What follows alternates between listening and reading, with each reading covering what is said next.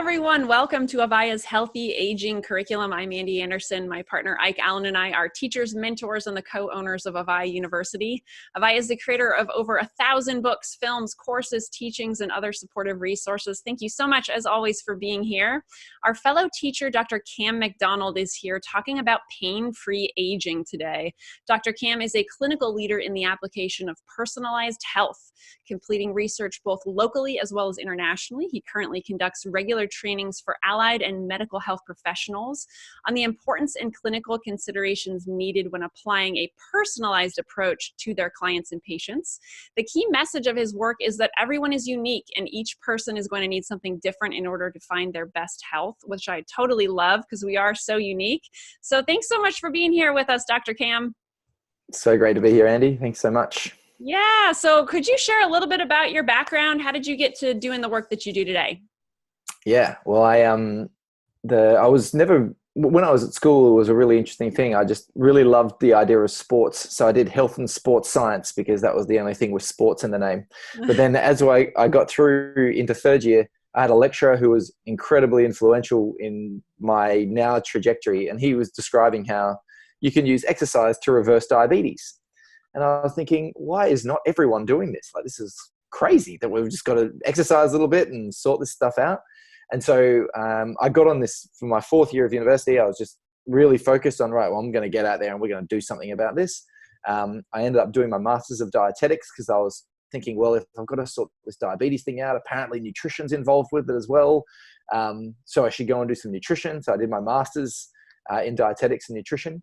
And then I was giving these talks at the hospital that I was working at on cardiac rehabilitation and pulmonary disease, and nothing was really in my real area of interest, which was diabetes, but I got really interested in inflammation.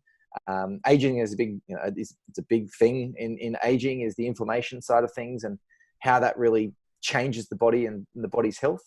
And I ended up getting into a PhD looking at breast cancer survivorship and omega-3 and exercise, because omega-3s help with inflammation, exercise was my dream thing, and it was all about prevention of chronic disease. At that time, I started working in private practice, and I was now fully loaded with information about everything that I could possibly imagine. And I was just dumping information onto my clients saying, okay, see you in 6 months, hope it all works out. And I had some clients that followed the advice and got great results, and we actually started seeing improvement in their diabetes. Some people would follow the advice and not get any results. Some people would not follow the advice and be doing something completely different and be getting a result. And then other people just didn't feel like I made any sense, or I didn't support them the way they needed to be supported.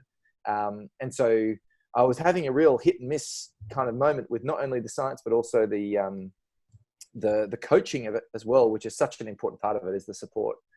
And so I started looking down the genetics pathways and why are people different? Why are people responding differently? And I came across PH360 very early in that search, and was fortunate enough to sort of see 100 or 200 clients before really anybody else in the world was using PH360.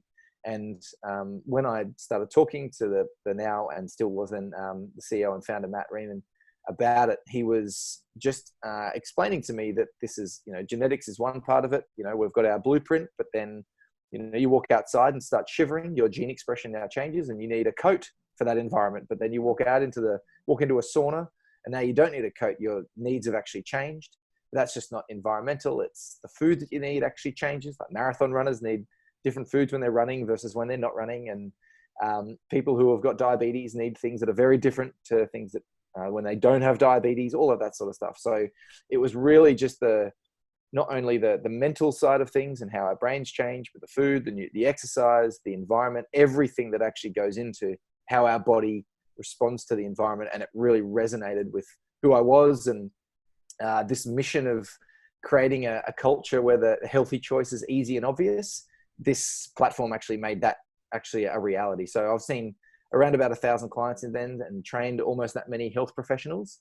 And it's been an incredible journey of essentially just giving people their life back. And now when I see a person with diabetes, it's just a matter of when, not if their diabetes reverses. And it's a very, very rapid process when you're doing things that are good for you. And I've been fortunate enough in my time to see clients from, you know, the chronic disease through to elite athletes, and also quite a bit of pain, and working with the aging population is something that I have a real passion for as well. So it's been a really awesome ride, and probably the thing that I'm excited about most is that just knowing that every single person is going to present completely differently, and I need to adjust for that as well, so that they can really get what their environment needs in order for them to be in their best health. It's a really exciting space. Awesome. I love, we have so many of the similar passions. My background is in exercise physiology, master's in nutrition. And totally gung-ho about, you know, helping the world reverse diabetes and, you know, all that kind of stuff. So I love it. So like, let's talk a little bit about, you know, this personalized health approach that you have, which I totally love, because I have a hard time when people talk about there's only one way for every single human being on earth, which I think is impossible. So, right, like how does this personalized health approach intersect with the topic of chronic pain as well as aging? Yeah, well, so the first thing, I guess, is that in order for us to eliminate chronic disease and pain, which is like the real issue that we have around the aging population, we need to understand that everybody is unique. And now we have a lot of tests. Like you might take a waist circumference, say, well, that's a different waist circumference. That person's different. Yes. So we need to know what measure, you know, is it the color of their shirt? Like what measure actually makes it a relevant thing to say this person is different in this way, and that's a meaningful difference, and this is something that we can act on. You can look at genetics, and that's meaningful. But you'll have two identical twins with exactly the same genes, and now it's less meaningful because one twin might be very unhealthy and one might be very healthy, and so genes alone isn't enough. And so there's actually a cool little journey to help understand how we develop and why that's different. And I might just share a slide, because a picture's worth a thousand words. What we know about development is that when our genetic material is made in the womb, we create this embryo. And the embryo is after we get to 64 cells in size, and it's too busy to try and make all of the organs in one layer. And so the embryo divides into 3 layers: the ectoderm, the mesoderm, and the endoderm. And what's interesting is that there are different organs growing in these. In the ectoderm is the nervous tissue and the skin. In the mesoderm is all of the bone, the cartilage, the ligaments, the tendons, the reproductive glands, the kidneys, adrenal glands, the heart, the blood is in the mesoderm. And then all of the digestive organs, the prostate, the GI tract, the liver, thyroid, the metabolic control organs are in the endoderm. And so what's interesting about, and this is how we become different, is that depending on your genetics and depending on the environment, these layers actually develop at different speeds and in different dominances.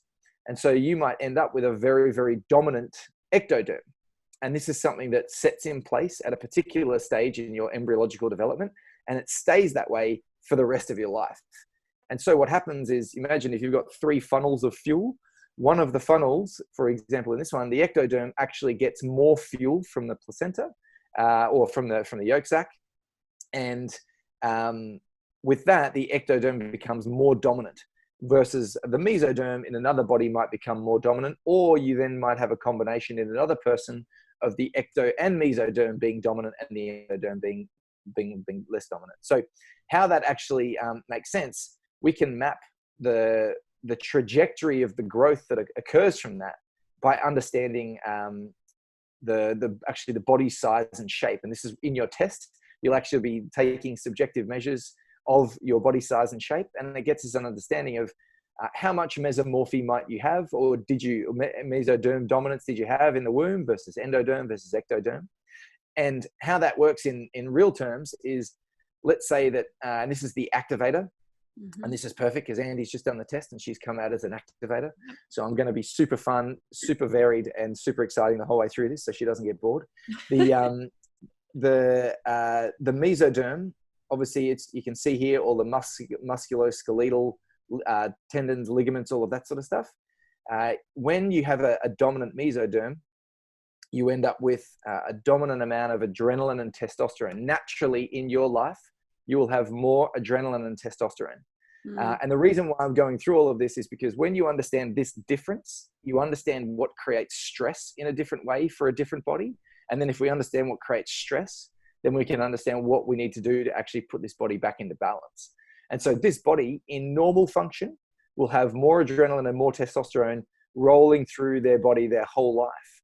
And so as they are navigating the world, they're constantly, if they don't feel a little bit of adrenaline and testosterone, if they're not doing things, if they're not taking a little bit of risk, if they're not creating some variety in their life, their adrenaline and testosterone drops down and they go, oh, I'm bored. And so you see a child at school who's an activator, and we see it in children as well. This is something that's relevant the whole way through your life. And they'll be there and they'll be looking for trouble. They'll be looking to make trouble in class because they're searching for adrenaline and testosterone to satisfy their natural state. And so this doesn't just change their behavior, but the testosterone actually shortens your femur growth. So you end up with an overall shorter body, but a longer trunk generally. You can, a bit more muscular definition. The testosterone helps you become a bit more lean, and also a moderate bone structure. But the testosterone also affects, the adrenaline also affects the competitive nature, your dynamic nature, the like for risk and variety. And we also see that there's a greater inflammatory response. And this is really relevant for both aging, for general health, but also for pain, is that this body will experience a greater level of inflammation for any given stimulus.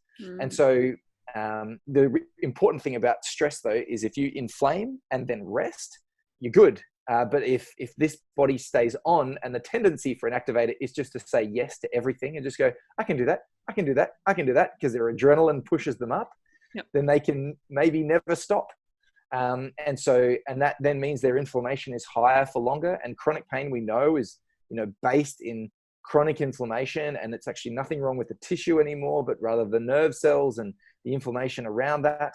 And so this is about saying, right, well, if we know this about this body, then what are the things that they need to actually be in their best health? And generally, this body responds better to high intensity exercise for shorter periods of time, inflammation, and then rest.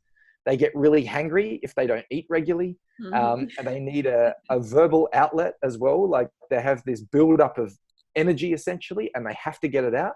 And we find that they're better in the morning, and even their pain management will be better in the morning as well, because they tolerate stress better. And they'll be more achy and they'll be more irritable at the end of the day, which can lower your pain tolerance. So all of this is something that's consistent throughout your life. And if you know that you've got a body that is developed differently your whole life, you understand what it's searching for in life, which is all of these things right here, then we can start to paint a map of, and this is where the 20 years of research that we've done sort of comes into it, to say, what does this person need? And how stress appears for this body is in joint pain. Anger and burnout are also things that can come up as well.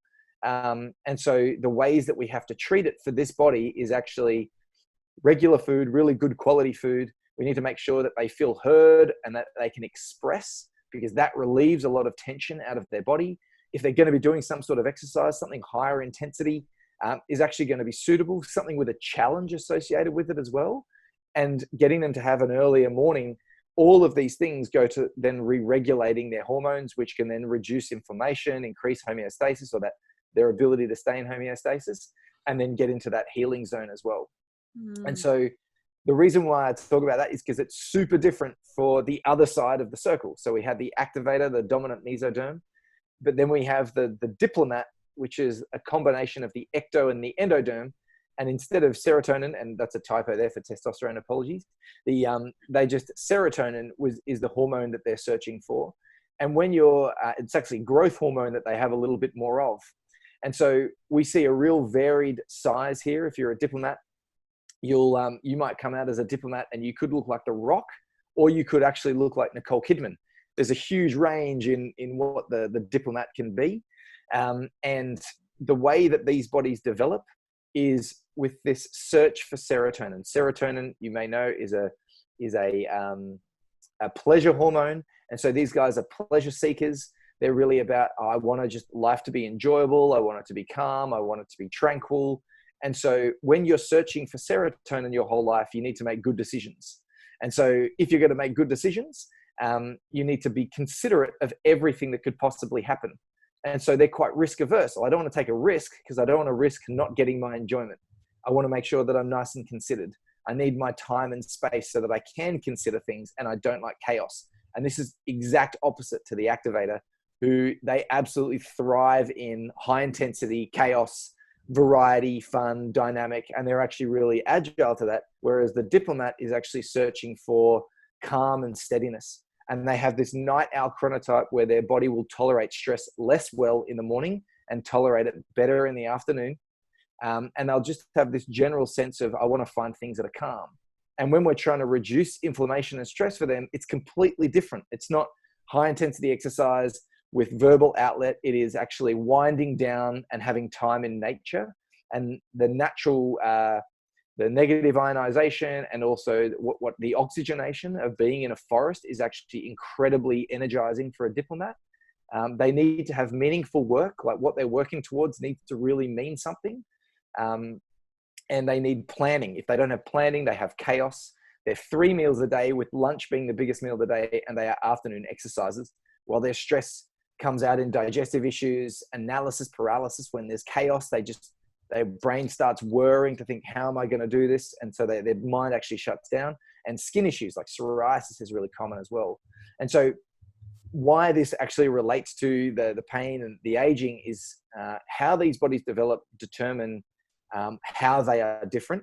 And because we have meaningful difference from the embryology, we can say, right, well, this is the treatment that we need. And what I've seen in practice, I guess, when it comes to firstly pain, and this is in older populations, is that they were going to the gym first thing in the morning. This was a diplomat that I had, going to the gym first thing in the morning, really feeling like they were doing the right thing. This was a lawyer coming to the end of her career, and just wasn't feeling good, was doing all this work, but wasn't getting results.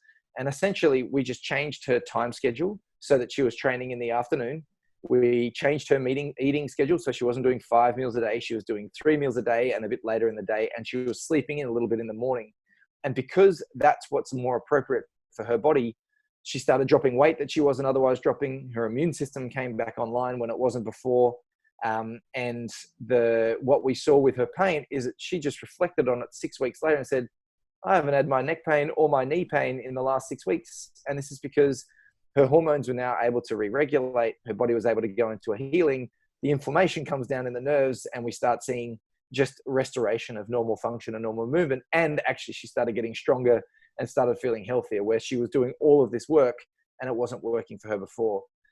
So this is whereas somebody else, if they tried to do her routine, it actually creates dysfunction. And I've had partners of diplomats who are activators try and live the diplomat life, and their body actually goes into decline. So that's the first couple of examples. And depending on time, we can roll through the other 6 as well.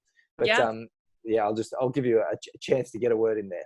Yeah, no, let's go for it. And I will say, in just response to the activator, well, the first one that you did, it was pretty dead on in so many ways in my life. So that's pretty amazing. And I need to eat regularly. I'm needing to be active, and if I, overdo, there's certain burnout and all that. So yeah, absolutely. That was amazingly dead on.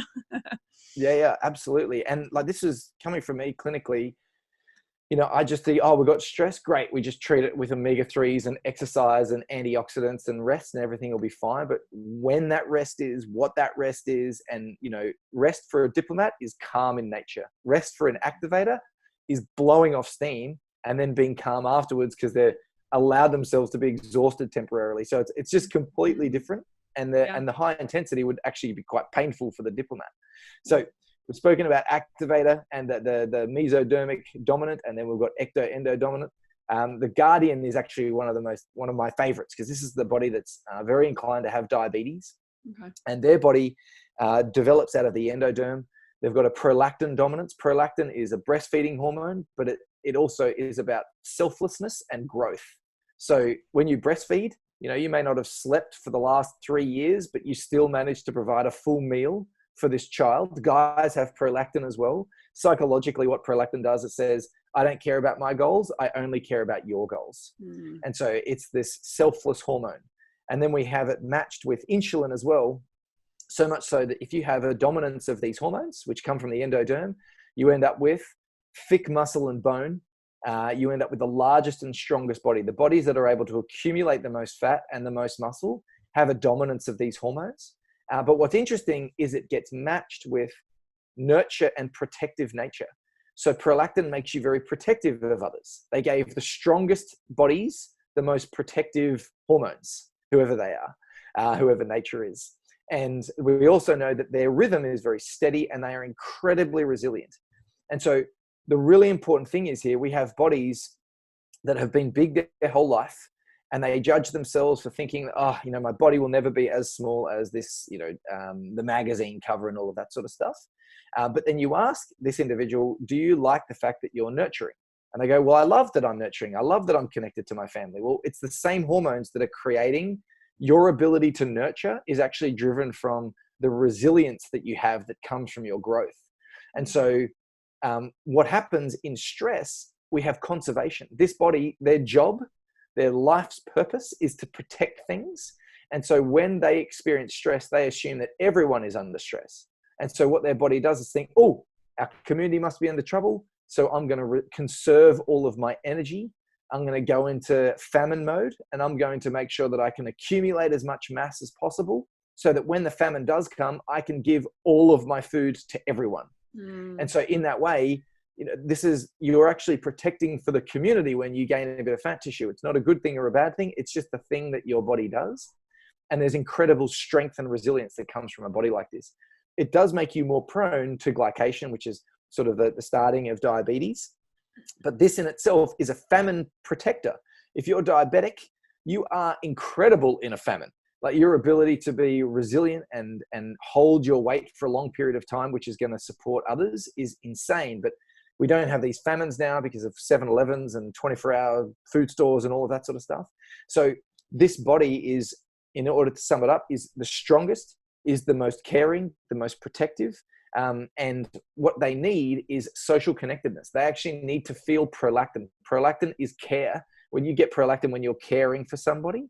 And if they don't have social connectedness, just like the activator needs risk, the guardian needs family around them to feel safe. And if they don't, and if they have that instability, then their body will go into conservation and it will start going into chronic disease.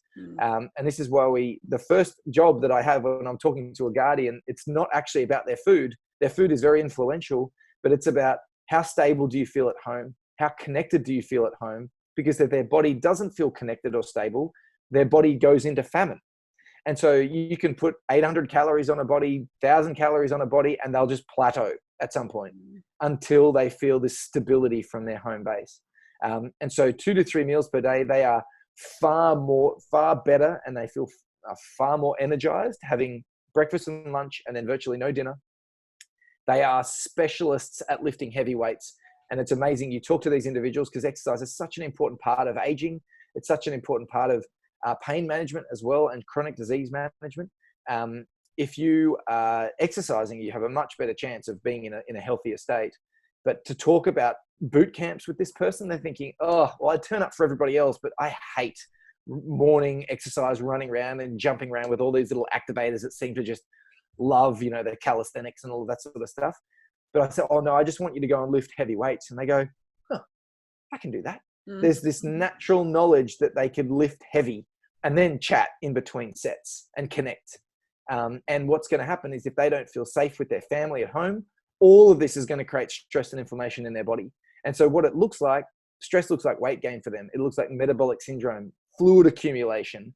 And this is the first thing that happens when their body comes out of stress. They lose a lot of fluid, and that, you know, one of those things that helps them lose weight very quickly. This is the body. You can reverse diabetes in very, very quickly by following these types of things, but it would be completely different advice to an activator with diabetes who might have it. So that's the guardian. And the opposite of the guardian is the Crusader.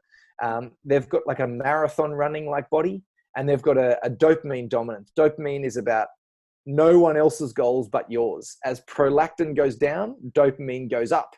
And dopamine actually suppresses prolactin. So as you become more dopamine dominant, you care less about what other people think and do and what they need, and more about what your goals are.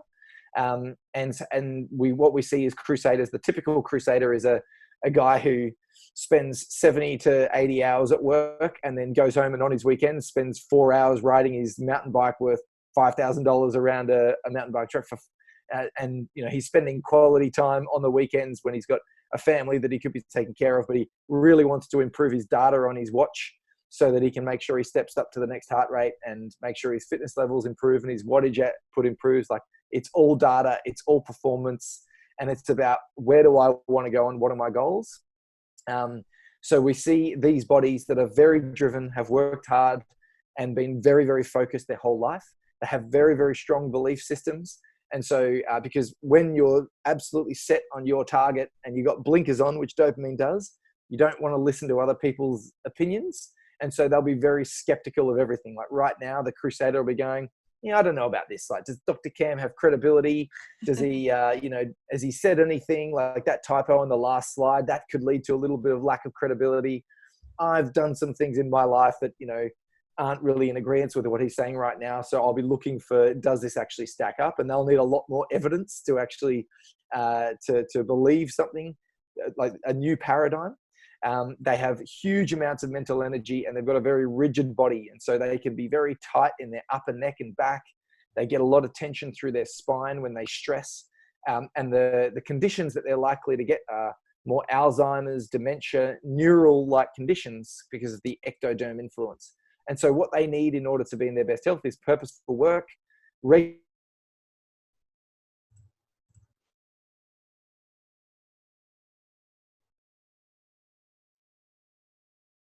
need rest to make sure that they can actually support their methylation pathways, which is a real sensitivity for them.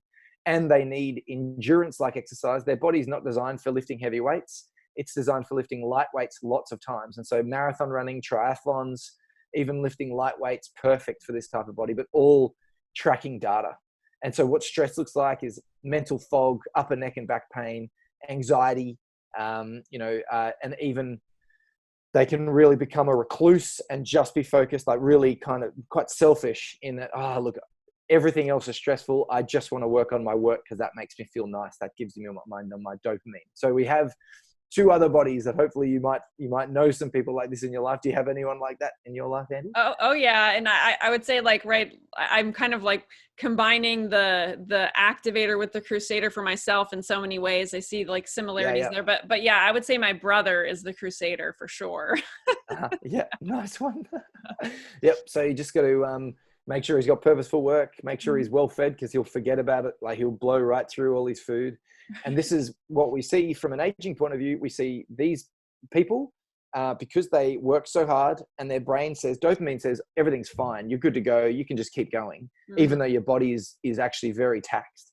These bodies calcify and we see early heart attacks in Crusaders, like 50s, 60s. These are these guys who are, geez, they look fit and healthy and they're really lean. And it's because their brain never stopped and their body was in this constant state of stress. And instead of laying down fat tissue, they actually have a dysregulation of calcium, which creates a stiffening of their spine and also creates that calcification. So the mental rest actually allows their bones to be better looked after and the calcium to go where it's supposed to and their energy flow the way it's supposed to as well. And so and it also allows their brain to recover, which is an important part of avoiding the Alzheimer's and dementia and things like that. So it's, whereas for a guardian, the mental rest is not a problem. They just need to look after everybody.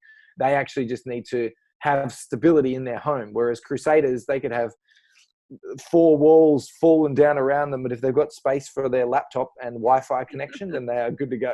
So really, really different needs for these different bodies. And so I'll finish with the last two, if that's okay. Yes, are we going okay for time? Yeah. So I just don't want to leave the connectors out. The connectors are very special people. The connectors are a combination of meso and endo, and they have an oxytocin dominance. So what oxytocin dominance means is that they are searching for connection in their life. Different to guardians, these guys want fun social connection. It's not so much about the family stability, but more about variety and having connection with everyone. What we know about their body is generally they've got a thicker torso, shorter legs, a really square jaw, and a caricature of this person is the main character out of the Lego movie, the special. This is exactly the connector. It's like everything is happy all of the time. Everything is awesome. They've constantly got this upbeat, extroverted. They are genuinely extroverted. When we looked at EEGs of their brains, if they sit by themselves in a room, there's no activity. If someone walks into the room, the activity just bursts onto the scene. And so this is true extroversion, where they are literally energized from people hanging around with them. Super social, and they're searching for fun and trust. What's interesting about their body is that they've got this incredibly powerful occipital lobe. They can determine your emotions from your facial expressions. They then, in order to find their oxytocin, will chameleon themselves to whoever they need to be to create trust with you. And then they'll match you. So whatever that needs, and then they'll try and raise the mood so that everyone can feel good and that they can get their trust. And then they go, sweet, I'm out. And then they vary and they change and they go to somebody else to do the same thing. So they can have lots of little interactions. They are the ultimate butterfly that just has these connections with different people. But as a result of constantly wanting this and having real extroversion, they have these incredible systems that help them cope for longer. They're able to just stay on. My son is an activator, and he will just stay on for all day, as long as possible, as long as there is people connecting with them. So anything that involves people, he'll just get energy out of it, and then he'll fall in a heap and sleep for 9 hours. Mm-hmm. So, and we know that in order for him to feel safe in the world, it's not the Crusader's mission, it's not the Guardian stability, it's not the Activator's variety. For his body to actually de-stress, he needs to feel socially connected. And feel trust and love with people. And so what they need, what connectors need, and this is a real problem for connectors, is because they don't want to bring the trust down and they don't want to bring the fun down, they often don't express exactly what's on their mind. They don't tell people exactly what they feel, and they never then are able to clear it out of their space. And as a result, it creates just this bottled up tension. And so what a connector needs above all is someone that they can be completely open and transparent with and know that they will have trust and love from that person, irrespective of what they say, because they have to clarify their mind verbally. They can't do it written. They can't do it in their mind. They have to verbalize it with somebody. And in order to do that, they need to have someone that they can really just be their ugly self with. I call it the ugly crying friend. And what's amazing is that a connector in stress will isolate themselves, which then creates even more stress because they don't have oxytocin, and their joints go out of whack, and they actually increase their blood pressure, their blood sugar regulation can go out of whack, all because they're not connecting and they're not getting what their body needs to feel satisfied, and that's trust. So they need freedom in life and work. They need fun, activity, variety. They can exercise all day long and their body will tolerate it. But when they go out of balance, it's high blood pressure, it's this desperation for connection.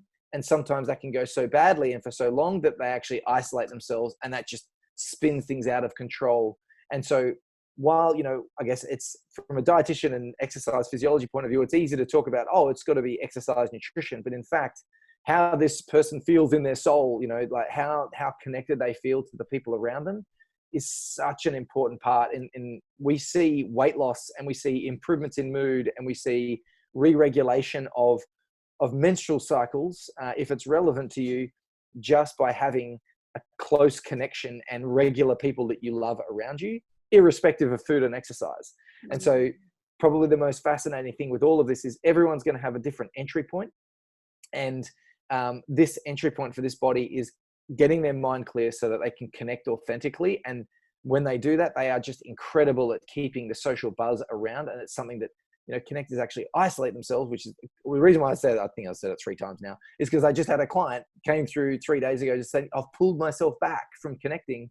And I said, no, you have to go out and connect. You find someone who's got your back. You talk all your garbage out to them, and then you'll be able to be that fun, excellent, light energy for everybody else. And they're like, oh my God, it's given me permission to be myself. And so the final one, we can't leave the senses out, is the pure ectoderm. And these guys are the leanest. They have the least amount of bone, least amount of muscle, least amount of fat, the perfect ballet dancer, but they have the most pronounced nervous system. And they are constantly on alert from threats from the environment, because the the environment is a dangerous place. People are a dangerous thing because they don't have the physical resilience to fight. Guardians are good. They're calm. They're happy because they're strong. Sensors are very slight and therefore will have a lot of nervous energy because their nervous system is actually more powerful. But as a result, they'll be incredibly analytical, very fast thinkers. They'll like their own space a whole lot more. They'll be really aloof. And the way to think about it is the perfect student academic. I sit by myself in a room perfectly quietly. I get through all of my list of things. Everything is perfectly organized in my shelving. Everything's with tabs and all of that sort of stuff. They are very introverted, very deep thinkers. And when they have nice safety from their environment, they'll be incredibly creative. And their brain will really open up. But if they have stress, their brain will try and protect them at all costs. And so they'll be analyzing every bit of data, every bit of environment to stay safe, physically safe. It's like their senses are heightened. They'll hear a twig break on the other side of the camp and they'll be up a tree in their safety plan A with B, C, D ready to go before anyone else has moved, because that's what they need. That's how they get out of trouble. They think their way out of trouble. And so they are very, very affected by the cold, very affected by lots of noise because their senses are so heightened that the job they have is to calm their nervous system down. And we see this body, when it gets tired, is incredibly susceptible to pain, incredibly susceptible to low immunity as well. And so they need warm, quiet and calm surrounds, warm and well-cooked food. And when they do exercise, it's not about going to the gym and having loud music and being part of a big group thing. It's about connecting Tai Chi. It's about yoga, things that allow them to go on an inward journey, that connect their mind and body, that allow them to ground, because they're very flighty with their mind. And so incredible thinkers, incredible data gatherers. But when they get out of balance, it'll be headaches, very strong fatigue and recurring illness and things like that. Because when you're alert all of the time in stage 1 stress, which is what this body is, because they're constantly aware of the environment with their nervous system, your immune system suppresses a little bit. And so your ability to tolerate pain, your ability to tolerate bugs and all of that sort of stuff will drop too. So that's the major 6. And so I've had some incredible experiences with these bodies, not just from a prevention of disease, but also pain sort of thing. And obviously it gets more detailed than this as well.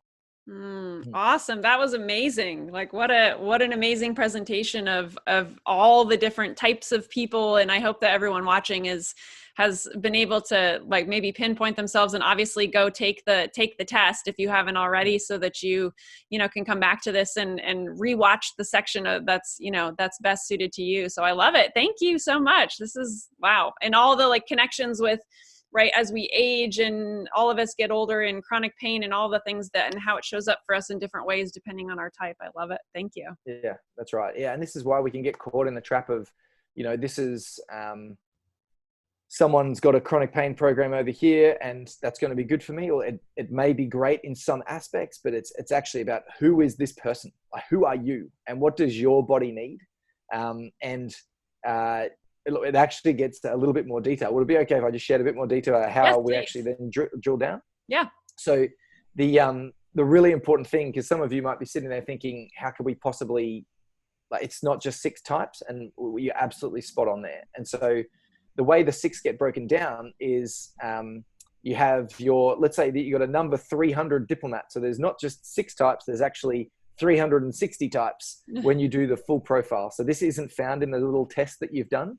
The 20 years of research that we've done has been testing genetics and hormones and growth and how someone really develops individually, looking at hair color, eye color, skin tone. It's something that you can conduct yourself at home in about 30 minutes. But what you do, you get a number from 0 to 360.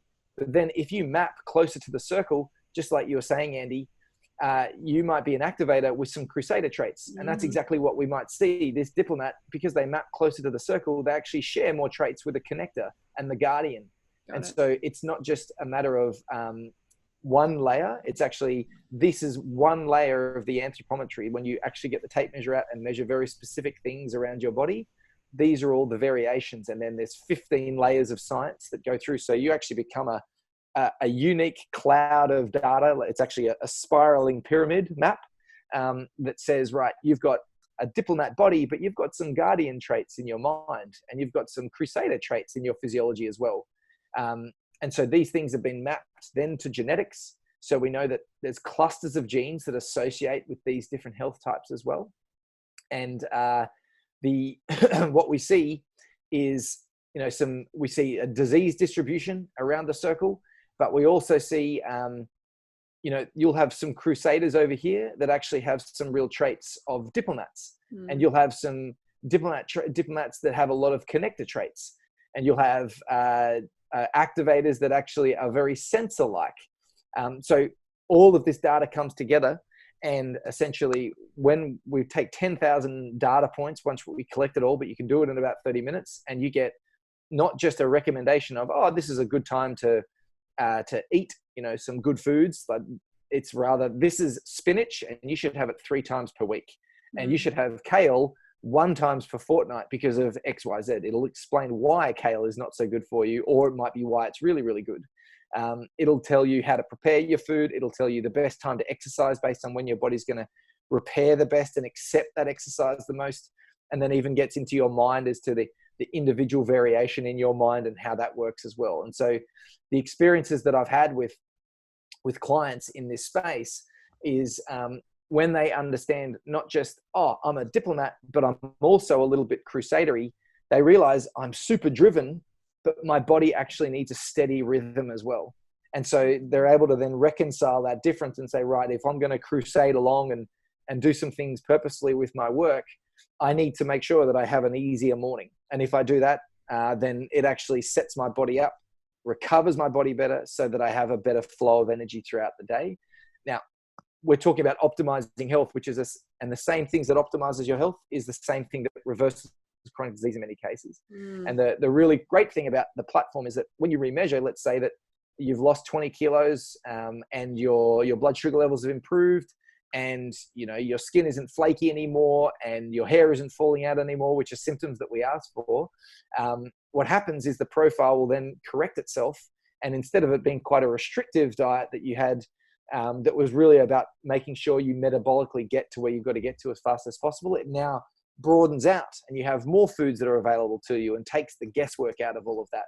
And so we've seen guys go from, they're allowed to have 3 or 4 serves of protein per week. They'll heal, essentially reverse their diseases, and particularly with the support of health practitioners in that space. And then they'll come back and they can have normal amounts of protein, 2 serves a day, and their body's able to tolerate it then. And that was a Diplomat, for example, whereas activators had to remove all of their cruciferous vegetables for a while. So the broccolis, the kales, the cabbages, all of these foods that are normally really, really important, particularly for an activator, because it helps with joint pain and joint repair. But for this body at that time, they were out. And then after 2 months, the pain in her foot, she had inflammation in her foot that just hadn't gone away in 2 years. It resolved in about 4 weeks. Her libido came back. Her serotonin production improved. Like, there was a whole lot of things that changed. This is a person who'd just been beyond menopause and saw some really significant change. And so the specificity of what do you need right now, obviously we can't capture it in a 3-minute test, but we can definitely do it. And this is where all of that 20 years of research has been dedicated towards, is what does your body need right now? And it's not a simple measure of, oh, I saw this report on the news that we should really eat more kale and I should skip out on dinner. And I was like, that's fantastic advice for a guardian with low thyroid function that's really stressed. But for a really healthy guardian who's doing lots of weight training, not so much. And for an activator, polar opposites. And so the one thing that I would really impress on you is, irrespective of what you do with any of this information, is do not ever take generic advice. Always be thinking, what is the advice that my body needs right now? Because your situation is always going to be unique. And so that's the thing that we're striving towards, so that we can help everyone. I love it. Thank you. What an awesome conversation. It's been so informative, so much great information. And so, like, if people want to go deeper to get more individualized, like, attention and support in their, like, healthy aging journey, as well as if they have chronic pain, what do you suggest that they do? Yeah, cool. So if you've done the health type test, that's a good start. If I was your person and I was wanting to look after you, what I'd be doing is, we have the full profile, the full PH360 profile can be accessed at the link below. And what we're doing for AVAIYA students and listeners is normally it's 197 US per year to get the full profile, which is essentially a coffee per week. It depends on, actually in Australia, we buy coffee and it's like $5. So it's like less than a coffee per week. But drip coffee, I know, is like free everywhere in the States. So we're actually, for the AVAIYA students and listeners though, we're going to make it 197 US for a lifetime. You can conduct the measures yourself at home, which actually gathers all of your epigenetics data. You'll get the full profile with food.